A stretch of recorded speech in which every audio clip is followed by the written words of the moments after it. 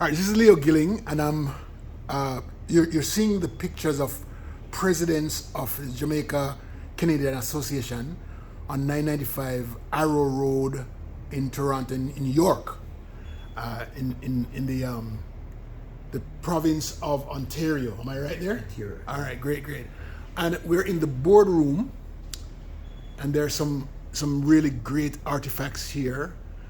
We're going to talk about a little bit about JCA, but today I am here with this gentleman. His name is, I'm going to let you talk. His name is Miah. I'll call him Miah, but he has his own way of pronouncing his correct name so that we can know who we're talking about. Miah has been a member of this organization since 1962. 63. This organization been in place since 1962. Right, okay. And 1 year later. And 1 year later. But we're not here to talk about JCA today. I'm actually here to talk to Miah about himself. Tell me, what is your name? Well, Nehemiah Bailey. Oh. Miah is half of Nehemiah. Okay. The Jamaican people just call me Miah. Miah, okay. Which is half of Nehemiah. Half of Nehemiah. Yes. Oh, Lord of mercy. So I go by two names, really. My Jamaican name here is Miah. Because Jamaican people know me as Miah Bailey. Right. Canadian people call me Leo, which is a part of my second name. Leo? Yeah. As in Leo? Leo. Do you know that as my name? I didn't know that. But that's what I'm called here in Canada by Canadians. Oh, Leo Bailey. Leo Bailey. Oh. Because it was hard for them to say Miah. or Nehemiah, so they just say Leo. Yes. So I just go by both names. When I'm in the Jamaican environment, I'm Miah. When I'm in the Canadian environment, I'm Leo. Oh, okay, all right. That's nice to know. So, Miah, where in Jamaica are you from? Ipswitch St. Elizabeth. Ipswich? Yeah, Ipswich in St. Elizabeth. The train used to go there, all right? Yeah, train station is. I was born at the train station. My father was a railway man, they call him. True? He works at the railway. Oh, Yeah. That's interesting because I rode on the train back in 1979 and 1980 for the first time. Never ride on a train, but I remember stopping at Ipswich, and that's probably the only time I ever hear the name Ipswich. Yeah. Yeah, that's where I was born, Ipswich. Tell me about Ipswich. Where is it exactly? Well, right now they said it's a dying place in Jamaica. It's a dying district in Jamaica. The train used to be the main means of transportation through that district. And then they have a public road that runs north to south from Black River straight through Ipswich up to Eldersley. Okay, Right. Okay. So the main means of getting out of Ipswich was the train. And since the train died, Ipswich died with the train. So because there's no roadway as it.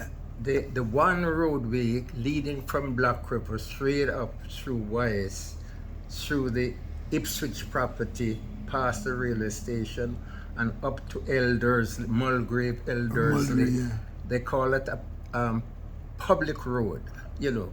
But right now of a donkey, right? Right now is for not you would carry your donkeys through there. What? I went there at the start of COVID, which was about 4 years ago. Yeah, I think 4 years was the last time I went to Jamaica. And I went, my cousin who lived in Santa Cruz, he has a 4-wheel drive. And that's what took us through the bushes up there. The old railway station is still there. Right. The oldest station master, who was station master when the railway was closed, is still living in the building above. You're kidding me. Half of the building below it's just standing on 4 or 6 wooden poles. And there's someone living on the second floor, which was the second floor of the railway I station. need to take a trip up there. I need to go there then. My God. As a matter of fact, if you turn on YouTube and just punch in Ipswich St. Elizabeth, Jamaica, you'll get a ton load of movies that these guys drive around and make today. When I want to remind myself of Ipswich, where I come from, where I was born, that's what I do. I go on YouTube and watch these movies. Okay. These guys go around Jamaica and make all type of good movies. So while you were growing up, it was a buzzing town. Oh, it's a buzzing town. Yeah. What? It was like the center for places like Mulgrew, which is 5 miles north. Yes. And Wyes, which is about 5-6 miles south of the Wyes Fall is just about 5 miles. I know where Wyes is. From Ipswich. Okay. You have to, coming from Black River, you have to pass the Wyes Falls to go up to Ipswich. Okay. And where you turn off the road to go into the falls, it's only about 4 miles from there up to Ipswich. Okay. And funny, you have good roads to take you right to the Wyes Falls. But once you pass that turn off and start going north to Ipswich, it's like going over a quarry. So I remember seeing, I don't know exactly where Wyes Falls is, but I'm gonna find out. But I remember traveling to a place. What's that place called? I forgot. But it leads you up into a township called Springfield. Springfield, yeah. Is that the same road that you drive to before you get to Springfield? You turn off and go to Wyes Falls, right? Yeah, you have a sort of a T-junction. T-junction right there, yes. You pass the turn off to go to Wyes Falls, and you get to a place called Red Gate. Whoa, okay. And when you get to Red Gate, it's like a T-sprang like that. Yes. And you go right to Ipswich, and you go left to go Springfield, Ginger Hill. Yeah, okay. Boy, I traveled from Montego Bay up into Cambridge and traveled from there to Springfield, and that road was really awful. Really bad. You can. Well, they have nice roads around those places. I've been there 4 years ago. Yes. 4 or 5 years ago. Well, at the end of COVID. Right. Just before COVID started. A little before COVID started. Right. I've been there, and I went through those places, Springfield, Orange Hill, Ginger Hill. I've been there, yes.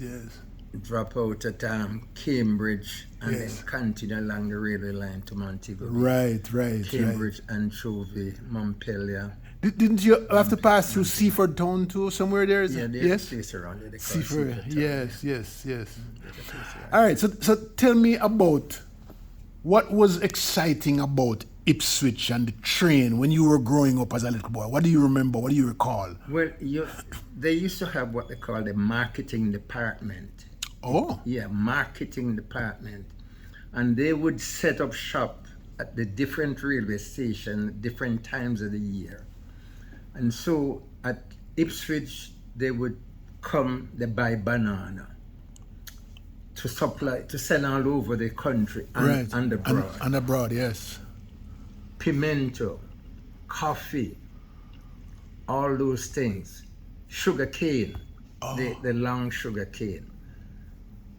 The marketing department, and lumber. Yeah, people used to have there used to be a sawmill. I grew up with a sawmill at Ipswich. Now there's nothing there. What is a sawmill? Tell me. A sawmill is a big mill that you use to turn the big wood into lumber. Okay, so when they cut a tree, they cut down the tree. Cut down the tree and they split it in, yes. To make the board. Okay, so you take out the bark, cut out the side of the bark. And then split the 1 inch or 3/4 inch or 2 inch. What kind of wood were though? I mean, I know cedar. Cedar, mahogany, lignum vitae. And all those type of trees. Okay. That's all type of trees. Cedar and mahogany were the two main pride trees around there. Those are what people used to use to make furniture. Furniture, yes. Cabinet makers used to use them to make. So you have a lot of farmers and loggers coming down and stocking up that train. Yeah. Well, all people from the surrounding districts like Mulgrave, Yes. Rednut Walk, Norway. These are like districts, with walking districts from the railway station. Right. And the people from all these districts used to come to the railway to get the train to go to either Magotty, Balaclava, Silo, Or even Kingston. Appleton, all the way through to Kingston. Right. Oh, yeah. Oh my God. And then, so in your boyhood, the most exciting part of your day would have been To run into Kingston on the train on a Saturday yes. morning and come back Sunday evening. Sunday evening. The train is back. I used to go to Kingston like every weekend. That's with your father, or just jump on the train? Just jump on the train. Just jump on the train and travel to Kingston. 4 or 5 hours. Oh. No relative in Kingston. Sleep overnight and head back to Ipswich the following day. Oh my. That would have been great. There used to be a Chinese family in the district named Khan. Mm-hmm. We were good friends. Yes. And he used to have relatives in Chinatown in Kingston, Barry Street. And so we'd drive to Kingston on the train every Saturday and every Sunday evening back in Ipswich. So which basic school and primary school and high school you went to? Merwood Basic, well, it's called elementary. Merwood. It's used to be the old church. Okay. And a man my age and group after Hurricane 1959 hurricane, I think it was. 51. 51 hurricane. Yes. 1951 hurricane. Yes. It was the hurricane that destroyed Jamaica during that. Yes. And I was going to Kingston Tech High in Kingston. Yes. Just finished my first year and went back the Friday evening for vacation, and the hurricane went through. So we all become carpenters. We cut out the road. The following Monday, I jump on the train and I head back to Kingston and become a carpenter, repairing houses in Kingston. Allah, oh my God. I know many young men who made themselves into carpenters out of that hurricane. Experience? Oh, wow. The great Mr. McAdam, who built Nova Scotia Bank in Mandeville right now, he took me to that bank and he showed me the bank that he contracted. He built it. Yes. He became a carpenter out of that 51 hurricane. What? And McAdam was from Mulgrave, which is 5 miles north of Ipswich. Yes, yes. He died, I think, about 4 or 5 years ago. Okay. In Santa Cruz, a fairly rich man. Yes. And it's from the Eastern Raps. And a renowned contractor. And it's from that 51 storm. From the 51 storm that all these guys were become tradesmen. So you were a tradesman. You became a tradesman too in that. That's what you did here in Canada. No. Okay. No, I wasn't a carpenter. Okay. I ended up being a teacher. A teacher. Okay. So I taught in Jamaica. Yes. For about 4 years. Then I come to Canada. Okay. And I teach a scholarship. Okay. Oh, and the teachers. So I headed back to Jamaica after my scholarship was finished. I was working at Kingston College then. And within 8 months, 1966, I returned to Canada on my own. Okay. Because I had a Canadian education. Yes. I asked the Canadian embassy if they would accept me. They said, for as long as your country will allow you. And so, I get my country to allow me. I left there on the basis that I was coming back to finish my degree because I couldn't finish it in 2 years. Oh, I see. So I came back, went back to U of T, and finished it there. Excellent. All right, hold on. I'm going to ask you about primary school now. It is in primary school. So